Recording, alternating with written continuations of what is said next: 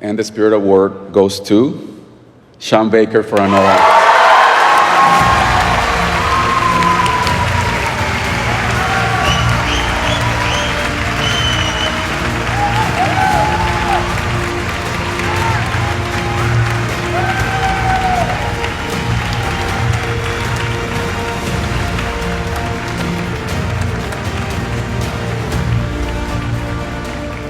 Hi, everybody. Thank you so much. This is incredible. Film Independent, I love you. I'm going to read a little, so please forgive me. I'm going to put this down, if that's okay. It's not disrespectful, right? I'm going to put this First off, Ali, Alonzo, Jane, and Brady, we all know there is no best. We all made wholly original films, and it's an honor to be in this category with you. So, thank you, Film Independent. I've said this before, but it's definitely worth repeating. Next to my parents, you've been my greatest supporter. I've been in this room with every one of my films, starting with Takeout, and it just means the world to me. Thank you so much. I want to thank my incredible cast and crew and two incredible producing partners, Samantha Kwan and Alex Coco. And I have all my main cast here who made my job so incredibly easy. Mikey, Yura, Mark, Karin, Vache, I love you guys.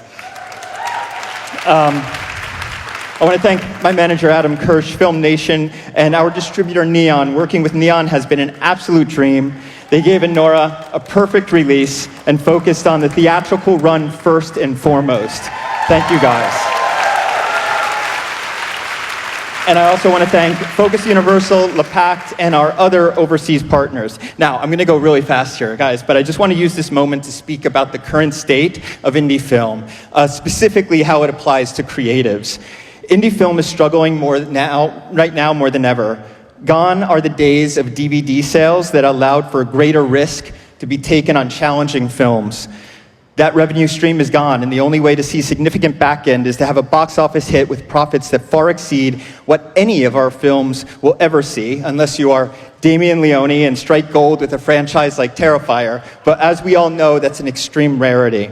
For me, and I think for many of my peers, if we're lucky, the average number of years dedicated to making a film is around 3. I'm going to say 3. I think most of us have worked a lot longer on our films, but let's go with 3. If you are a writer-director trying to break in right now, there's a good chance you're making a film for free or making next to nothing on production or sale. How do you support yourself with little or no income for 3 years? Let's say you're lucky enough to be with the guilds. Take the DGA and WGA minimums and then divide them by 3. Take out taxes and possibly percentages that you owe your agents, managers, and lawyers. And what are you left with? It's just simply not enough to get by on in today's world. Especially if one is trying to support a family. I personally do not have children, but I know for a fact that if I did, I would not be able to make the movies that I make. Why am I talking about this today? Because I'm an indie film lifer. And I know that there are other indie film lifers in this room. Those who don't see indie films as calling cards. Those who don't make these films to land a series or a studio film. Some of us want to make personal films that are intended for theatrical release with subject matter that would never be greenlit by the big studios.